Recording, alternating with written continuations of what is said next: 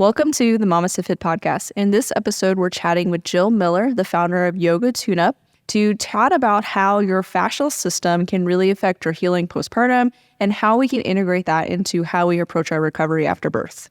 Welcome to the MamasteFit podcast. This is Gina, perinatal fitness trainer and birth doula. And this is Roxanne, labor and delivery nurse and student midwife. And this is the MamasteFit podcast, where we empower you on your prenatal fitness, birth, and postpartum return to fitness journey. Our podcast shares how to move throughout your pregnancy to stay strong and comfortable. Pain is not a requirement of pregnancy. Understand the science of birth and how to approach recovery after birth. We share our personal experiences as mothers navigating the stage of lives, plus our professional expertise as birth workers and fitness professionals. Our goal is to help you feel confident as you navigate the perinatal timeframe for an empowering pregnancy, positive birth, and postpartum journey. We are glad to have you with us on this journey and that you've chosen us to support you.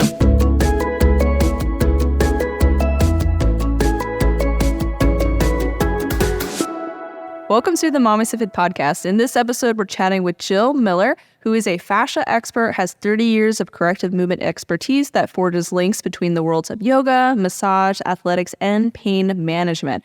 Her signature self-care fitness programs, Yoga Tune-Up and the Role Model, are found in gyms, yoga studios, hospitals, athletic facilities, and corporations worldwide. The first time that I got introduced to Yoga Tune-Up was actually at yoga teacher training in 2016 or 15, where I got introduced to the Yoga Tune-Up balls. We have them in the gym. We use all of her products.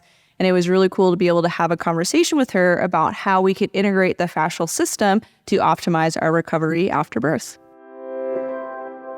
So thank you, Jill, for being here with us on the podcast. I've been following you guys forever.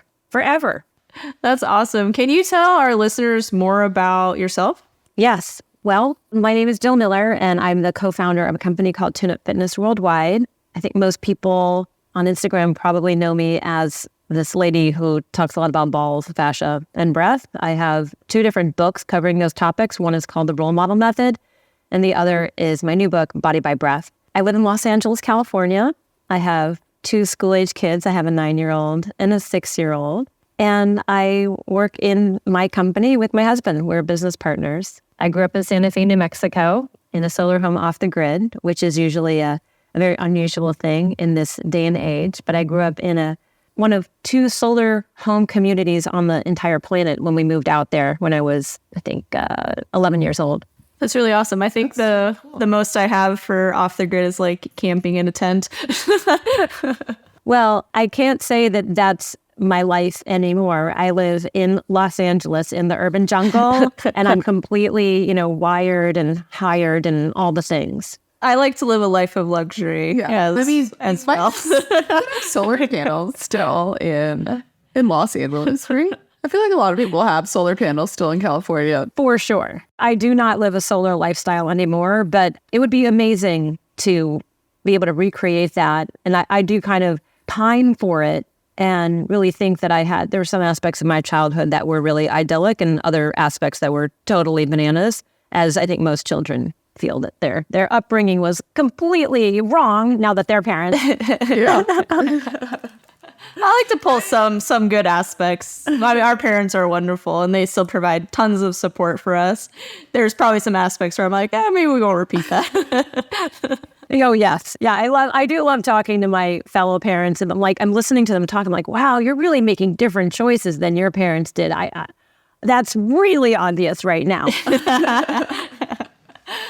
So your new book, Body by Breath, explores 4 primary types of resilience building exercises. So we have the breath work, movement, rolling, non-sleep deep breaths to enhance the overall well-being. And so being that we take 22,000 breaths a day, it makes sense that there would be an intentional focus on our breathing to support our overall health. So can you discuss more on why breathing is such a powerful foundation for supporting our health?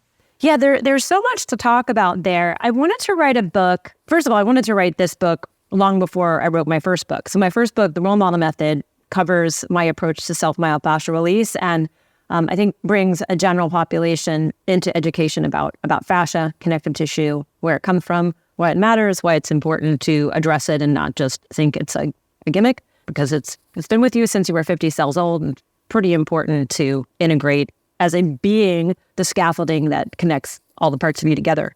I have been a breather, by the way, since I was born. That's pretty cool. With those 22,000 breaths a day, but I came to be deeply interested in breathing really early on in my life. My mother and grandmothers have had asthma and emphysema, COPD, we now call it. But I remember my mother being taken away in ambulances when I was with some of my earliest memories. And I learned early, without breath, you die. Without breathing, you die. And as a child, I also was really into singing. And I remember when I was in about 6th grade, when I was living in this solar community, by the way, there was a music teacher in the area, and I would take voice lessons with her. And she taught me about the diaphragm. That was pretty revolutionary as a 6th grader to know that I had this diaphragm inside my body that was generating the control of respiration, and that in adjusting how I controlled it, I could also control my state, control my focus, control my posture. So I wanted to bring this book to the public because I think there is a lot of breath work out there in the universe, and it's a very nose to lungs type of experience. But breath is really a body-wide experience, and for so many reasons. But one of the big reasons in terms of a body experiential thing is the anatomy of the respiratory diaphragm, its novelty as a skeletal muscle, and how many things it's connected to and how many functions it serves. I know that you all, as MamasteFit, are, deeply interested in female health, especially reproductive functions. But, the diaphragm is your main push muscle. It's not just the uterus, folks. Your diaphragm, its biggest output is during childbirth. And people just think, oh, when my diaphragm contracts, I'm getting the hiccups, or when my diaphragm involuntarily contracts, I'm either getting the hiccups or I'm breathing. But they're not necessarily realizing that you're like an elephant diaphragm at that point. You are pushing baby out the canal with the strength of that contracting diaphragm. So there's lots of novelty to what the diaphragm can do, but breathing is one of those strange functions that is a thoroughfare between unconscious function and conscious function. And when we take control of our breathing patterns, we can really adjust so many different physiological effects throughout our body. And so it's just endlessly fascinating to me. Yeah, usually when we are teaching folks about pushing, we really try to emphasize like the inhale is the start of your push. It's not just the effort, the holding your breath, the exhaling. It's that inhale where we're increasing that pressure. And so we teach a lot on trying to have more of a neutral spine position when you push, because it aligns the diaphragm to just be able to work so much better with pushing. And so it's really interesting to hear that it plays a really, really large role in pushing, and it really like resonates with kind of what we're already teaching. And so really glad to speak more with you. Yeah, I kind of feel sorry for male bodies because they never get the supreme contraction of the diaphragm that a birther encounters. So I think that's just so cool. One of the many reasons why we're pretty cool. Yeah, I always feel bad for my husband because I don't feel like there's so much online now with like the pelvic health aspect for women specifically, or the female body.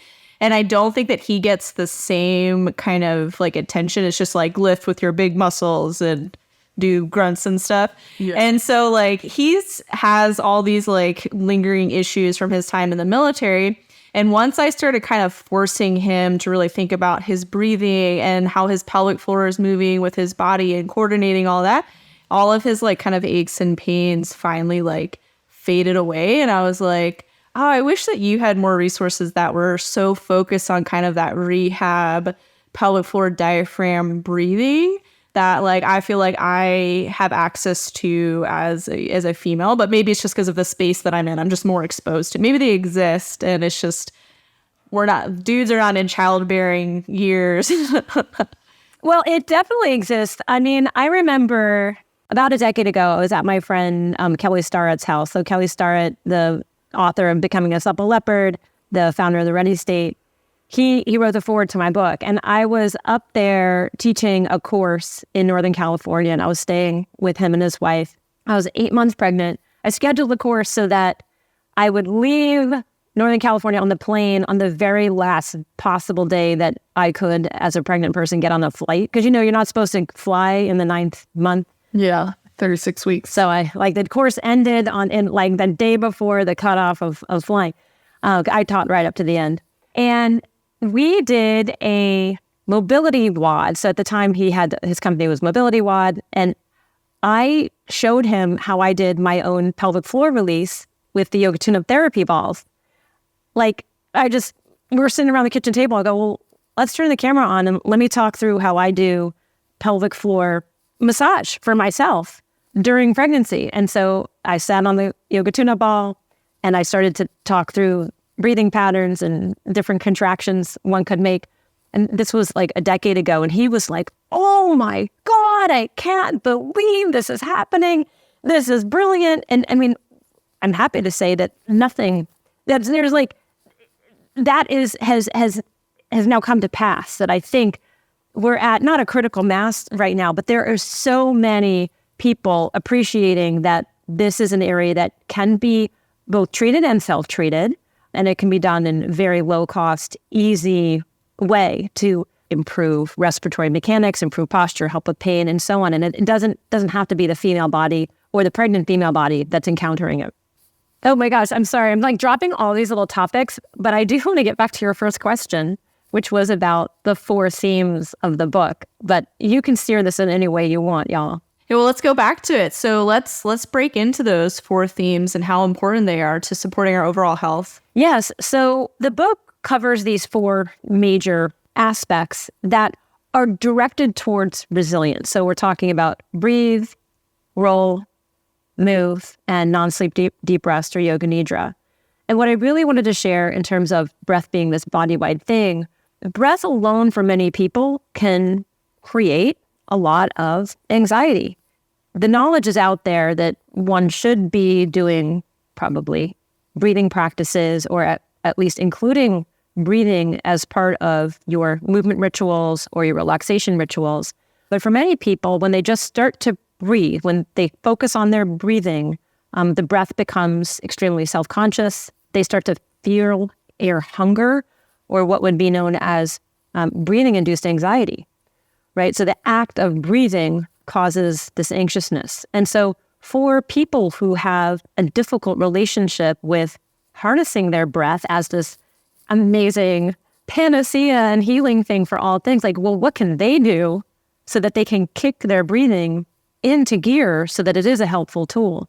And so what I found with many of the populations I work with, and have been doing this work for decades, is using pressure-based tools, and I have a whole fleet of them, the role model balls, upon the rib cage, upon the core or the back or the neck, strategically in different places, can induce pressure that's just distracting enough for the brain. And this is pleasant pressure. This is not like painful, annoying self-myofascial release tools that hurt one's body, but they're gentle, tender tools that end up really tricking the brain in such a way that you can start to get feedback about your breathing, but you also start to get feedback about your body, and you can use the tool as a reflection pool to breathe into. One of the tools I'm specifically referring to is the Gorgeous Ball. I think I've seen some of these in videos of yours. So this is an air... Oh, we are huge fans of the Gorgeous Ball. I think we own 14 months, the 2 of us. Hopefully you put them all together sometimes and just lay on top of all 14. It feels so amazing. It's like a 90-handed massage on your body. We should try that. Oh, it's so good. So these tools can help to adjust sympathetic tone or runaway stress, or the intensity of an upregulated state. And it can flip the stress switch, what I call in the book, turn on your off switch. It can help turn on your off switch so that you start to build what I call parasympathetic endurance. So most bodies we are sympathetically driven organisms. We're really good at going from 0 to 60 in a split second. But going from 60 to 0 and not crashing is much more difficult for many bodies. And so the tools in the book help you to calibrate and titrate a way to slowly adapt your body to tolerating longer and longer bouts of true physiological relaxation, not just bypassing it and passing out, but being able to sustain attention in these physiologically relaxing states and refilling your well, refilling the resilience of your body on that side of the spectrum. Because in my opinion, resilience isn't that you can just get up and go again, go harder, go faster, go harder. In order to do that, you actually have to have fuel in the tank. And the fuel is given by your body being able to truly rest, truly recover. And it's so transformative to have that experience. So the breathing is a big part of that, but the tools as an input helps you to become a better breather for your body. And then the tools are doing this whole other thing. They're adjusting tensions in local tissues that might, unbeknownst to you, harbor a lot of tension, harbor a lot of restriction. And that restriction can be from overuse, underuse, misuse, abuse, or confuse. Like just your body doesn't even know that it has these tissues there that aren't just like stuck and agglomerated and dysfunctional. Or you might have scar tissue. You might have had a C-section. We're talking to a lot of MamasteFit people, or maybe you've had appendectomy or some other intra-abdominal surgeries or intrathoracic surgeries that have impeded the motions of your respiratory muscles. So all of this to say, these tools, these 4 tools, help to create a cocktail, a helpful medicine chest cocktail with no nasty side effects that give you deep, deep relaxation. Yeah, it definitely sounds it's a very like integral system. It's not just inhale, exhale, we're breathing. It's also positioning. How is the rib cage positioned? And do we have the release to be able to move the rib cage into a better position to align with the pelvis to support movement? And then for those of us that are in our pregnancy or in postpartum, we might find ourselves like stuck in specific positions. And so I'm definitely a fan of there's no perfect posture. Like it's all about how well can you move? How well can you change position? Like the best position is the next one you move into, I think is, I might be saying the quote wrong. So how would you recommend somebody who's like just learning about the importance of breathing and the impact that it can have? How would you like help them start that journey? Like what are some like first breathing exercises that you would recommend for, like, let's say the newly postpartum mom or the pregnant mom who's like, I don't know where my pelvic floor is anymore. I can't see my toes. Yes. Well, I have 2 answers to that question. One just involves awareness and the other involves some knowledge. So the first part of that answer is for anybody that is wanting to investigate breathing as a tool, the first thing is to become aware of your body's proclivity, where your body tends to home its breathing, where your breath feels at home in your body. And so that ideally, I like to recommend people do this in a reclined position. So they're laying on their back, maybe on their bed, or laying on a yoga mat, wherever it is you practice being, right? You practice being a human, and watch how it is your body chooses to breathe. So this is called witness breath. It's actually the first breath exercise in the entire book.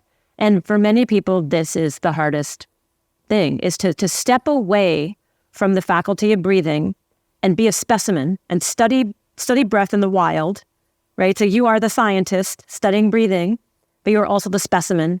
And you watch how breath enters and exits your body. You watch the duration of the breath.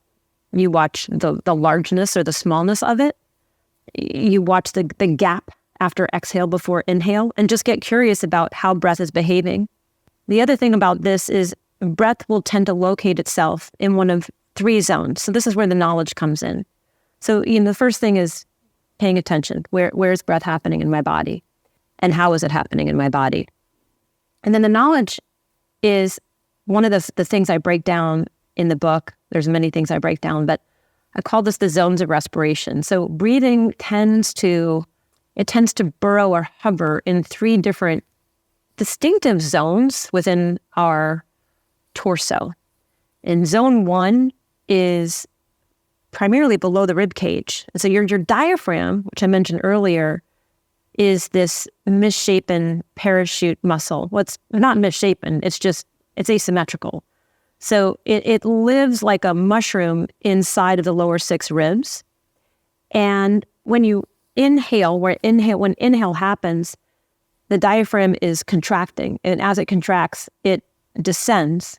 And when it descends, your guts distend. There is a circumferential expansion of the gut area, the waist, the low back, even the pelvic floor. So anything that's below the diaphragm will be smooshed by the pressure of the diaphragm during inhale. And then during exhale, when your body says, I got enough oxygen, we're good, the diaphragm will just stop contracting and it'll just fly back up to its rib home. And all the stuff below will no longer be distended. It'll fall back in. It will just reflexively relax in. And in zone 1 breathing, if there's a lot of tension in the abdomen, like the transversus abdominis, the obliques, or the low back, the many layers of the low back, which connect into a huge fascial plane called the thoracolumbar aponeurosis, if there's a lot of tension down there, you're not going to get a lot of motion in the gut area. And I'll talk about that in a second. But during a normal zone 1 breath, we're actually in our calmest state. We're in our most relaxed, tranquil state. So I would call that parasympathetic breathing. Now, it's not functional if you're going to be exercising, because when we exercise, we actually have to stiffen the gut so that the lumbar spine, the sacrum, the pelvis have some stability. And so we won't be doing zone 1 breathing, but we'll transfer into a zone 2 breath. In zone 2 breathing, we utilize the diaphragm and the intercostal muscles to promote rib movement. And the rib movements, they fly open like bony fish gills on inhale, and then they'll close down during exhale. When we're doing zone 2 breathing, we're more sympathetic, we're more upregulated, we're more peppy, we're more charged at a level of just higher intensity, higher heart rate. And so this is a more sympathetic zone. This exclusive zone 2 breathing is great in terms of athletic output, pushing, pulling, lifting. And again, as I mentioned, we've got to brace our core in order for safety down below, right? So zone 2 breathing exists mostly in the rib cage. If we rely on ourselves as zone 2 breathers all day, all night, because we also want to look thin, we're trying to pull our belly in, or maybe we have scar tissue in our abdomen that's actually inhibiting the elasticity of our zone 1, and our zone 2 is like on overload or breathing all the time, we'll often default into yet another zone, which is higher than the zone 2. And zone 3 breathing, I outlined this in the book, the different muscles that are involved, are basically everything that controls the uplift of the shoulders, face, jaw, neck, and upper shoulder muscles. And you'll see a zone 3 breath happen in the case of fright, in the case of shock, or even delight. So a zone 3 breath happens usually very rapidly through the mouth. The jaw will open up, and we'll be using these accessory muscles of respiration to get a really quick draft of air in. Now, if that's our primary way of breathing, by the way, you see this in the asthmatic, right? This is my mother, my grandparent, with the emphysema, they were breathing through their mouth. They're straining to get breath. They're using their neck muscles. It is not a long-term strategy. It will lead to very high stress throughout your body, your nervous system, but also leave these upper head, neck, and shoulder muscles highly tonic. And this can be very problematic for pain, headaches, jaw pain, upper back, neck pain, even shoulder, elbow, wrist, carpal tunnel-like symptoms, all manner of stuff, because the muscles that innervate the hands, they come out of the lateral neck and they're braided into this zone, let's say.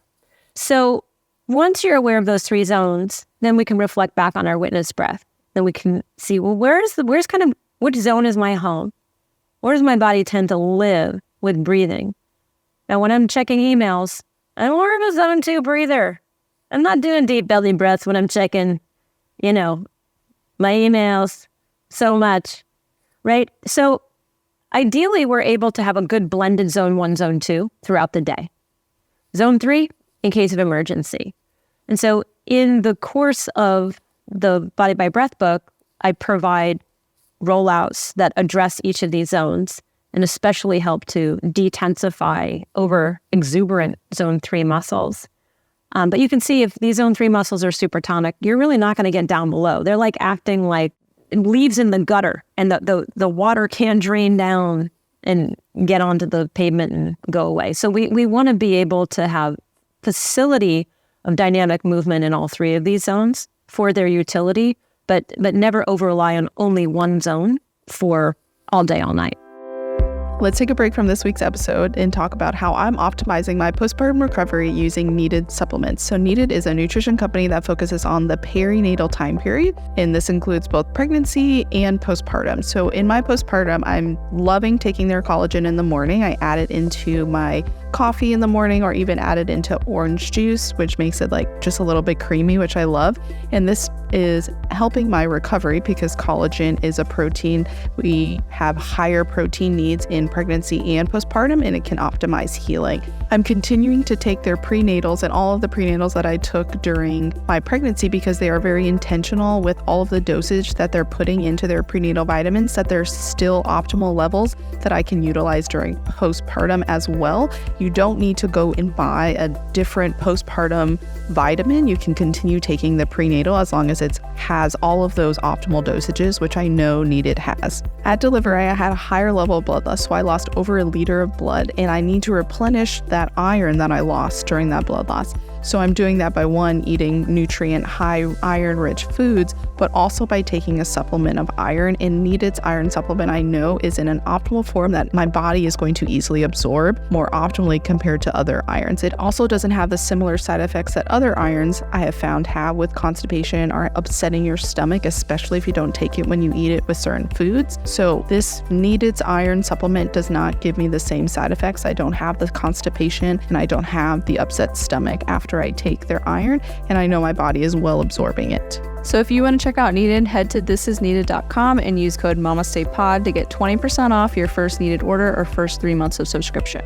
Another tool that you can utilize during your pregnancy and to optimize your recovery postpartum is going to be the crossover symmetry system. They have a shoulder band system that you can attach to your door frame, to your squat rack, to your power rack, and they also have a hip and core band that you can put on your legs to help strengthen your glutes. It's a system that we have on every squat rack here in the gym. We utilize it as a part of our upper body warm-ups, and we utilize it heavily throughout our prenatal and postpartum fitness programs because of how versatile they are into helping to increase your strength in a way that is optimal for that time frame of your life. So if you're interested in a crossover symmetry system, head to their website and use code MamasteFit to get 20% off your system. So another really interesting aspect of your body work is the fascial connection of the entire body. And so like you were saying, like movement or restriction in whatever area of our body can affect another portion. And so that's like a big component of our prenatal and our pelvic stability focus program is integrating the myofascial slings to aid in pelvic stability of the pelvic joints, to aid in recovery, especially after like a C-section, for example. So can you share more on the importance of the fascial lines and slings in supporting our stabilization? Oh, absolutely. I love this topic. I myself never had a C-section, but I worked with an endless number of people who've had intra-abdominal surgery and specifically C-section.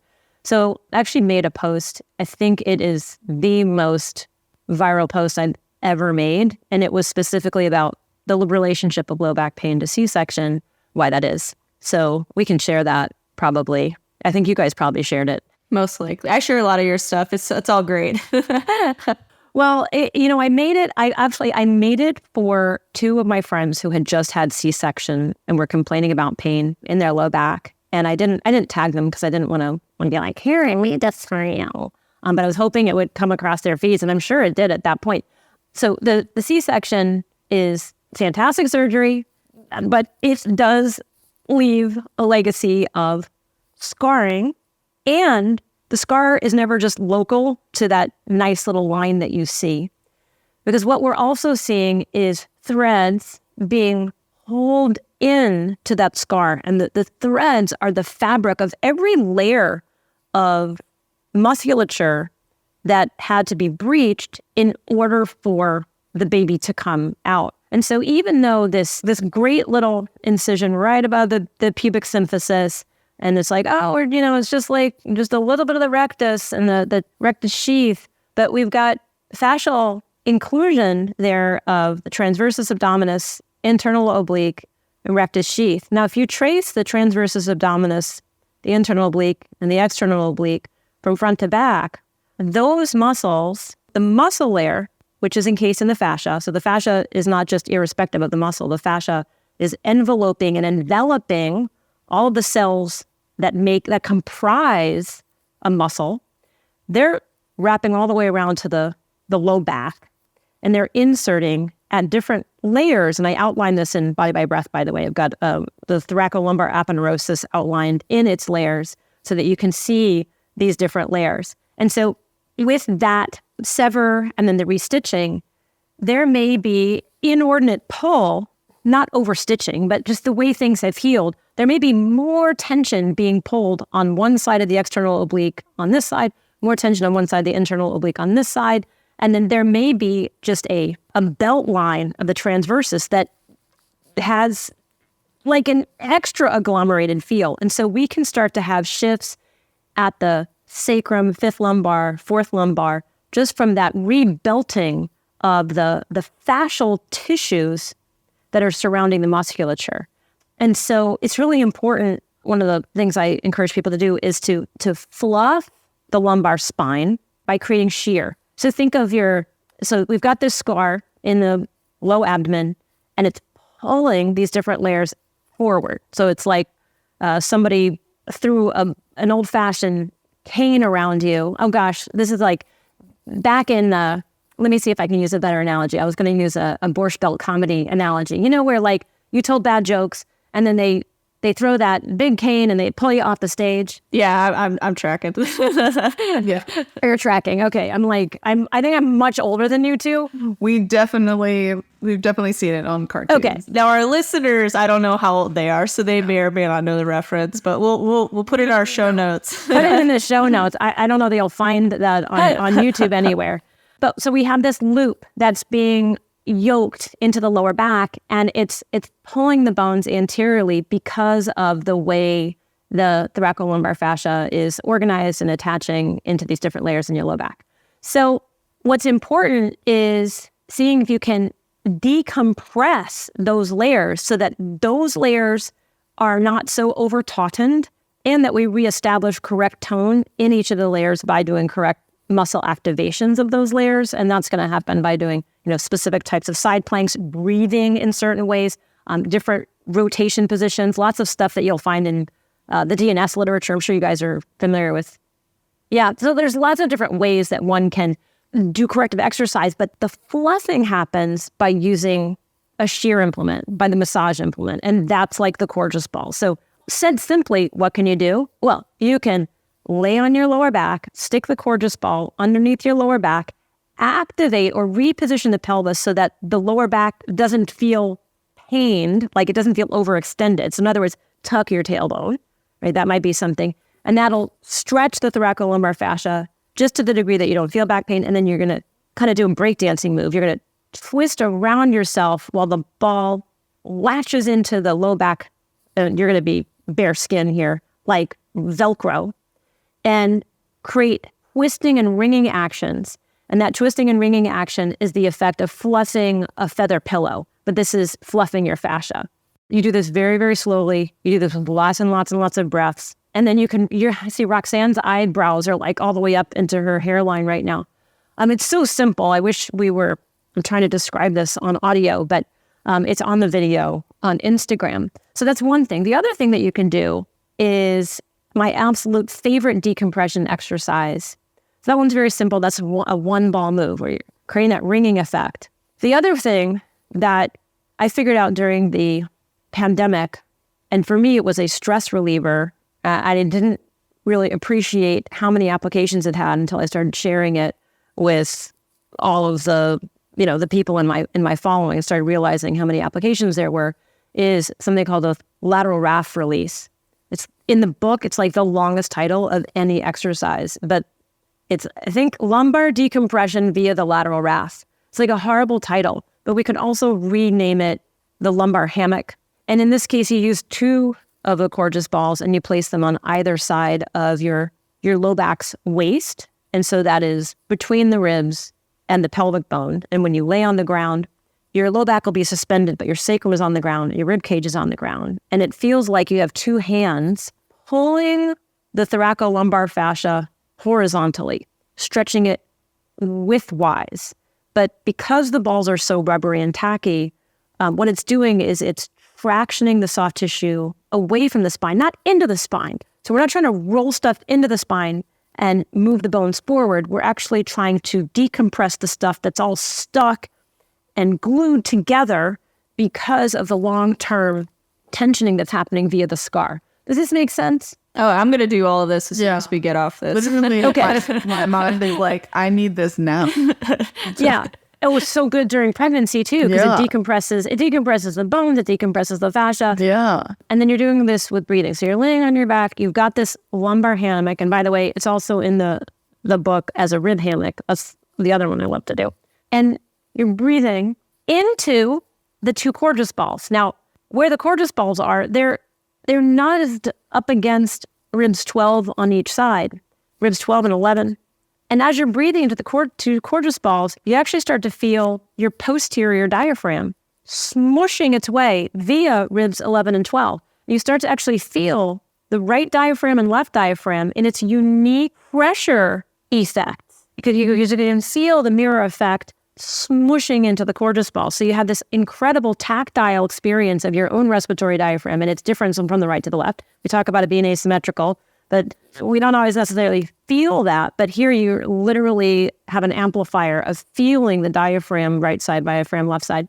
And then after a number of rounds of that, and that's zone 1 breathing, by the way, it's like zone 1-ish, 2-ish. Then what I start to do is I include a very, very small undulation movement. So you just tuck your tush under, so it's posterior tilt, anterior tilt of the pelvis, and then the whole spine ends up getting this undulation.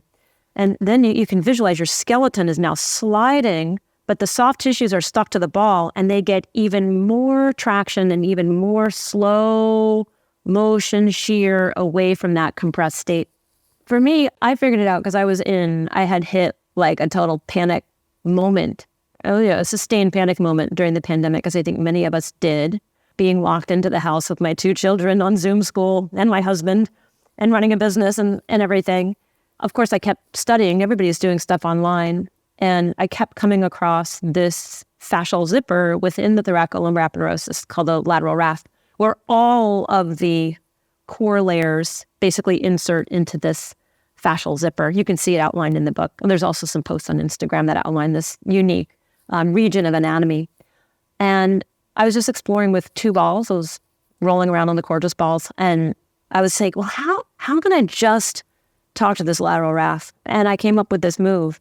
And it literally solved all of my problems. And then it solved many more once I started to figure out all the other applications for it. Yeah, so we're done. We're going to go do those now. Thank you for being here.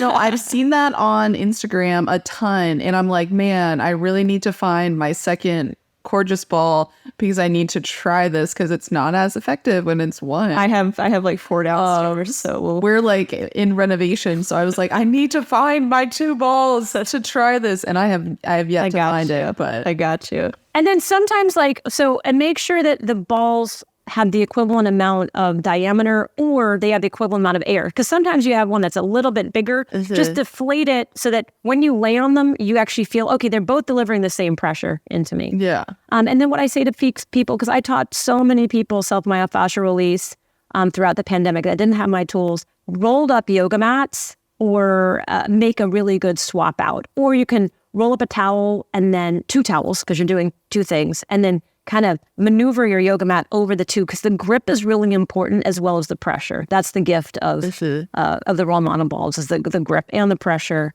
the tender pressure, soft pressure that really makes a big difference to your nervous system. And this is something I go over in the book as well.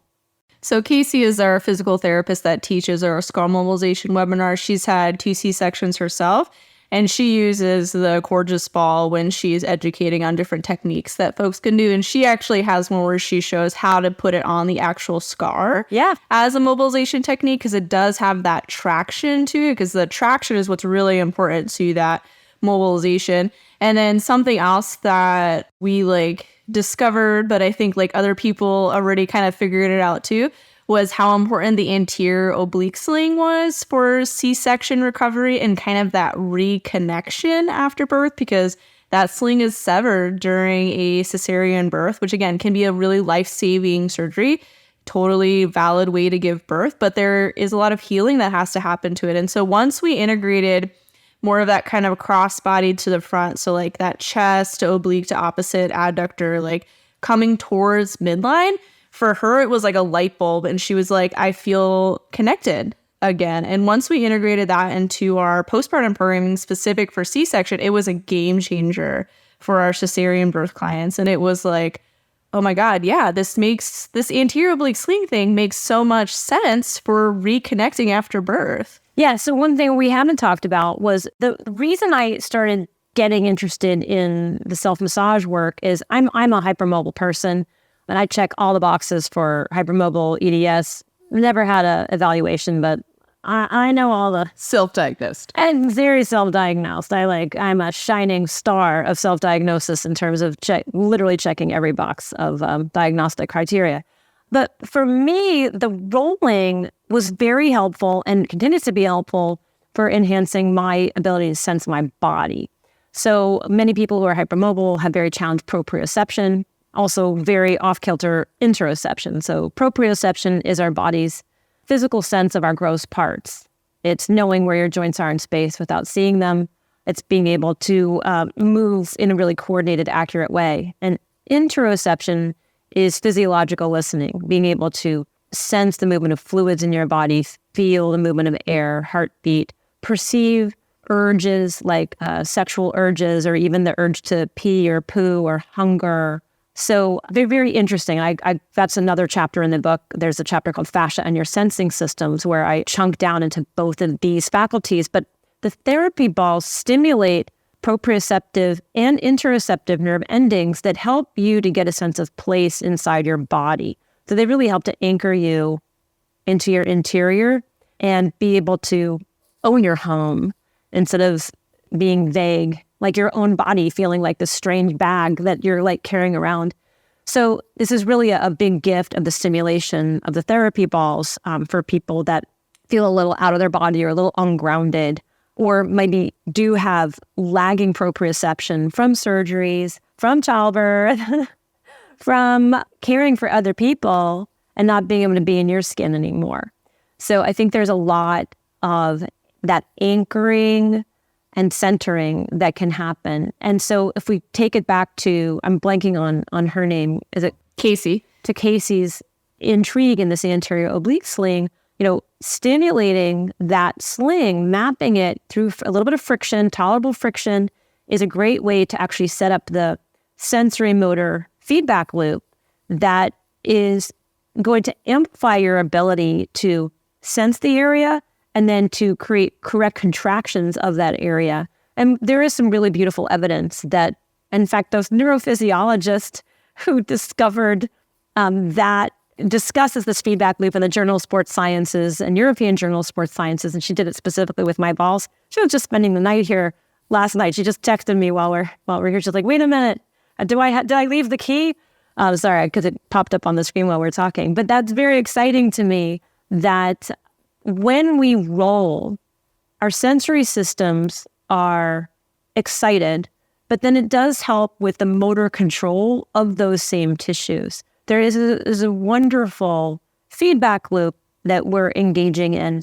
You need that when you're suffering from lack of sleep or the lack of coordination that comes about within pregnancy. I mean, we can get so off kilter from having our center of gravity shift quite a bit and carrying around this whole other load. Absolutely. Oh my goodness.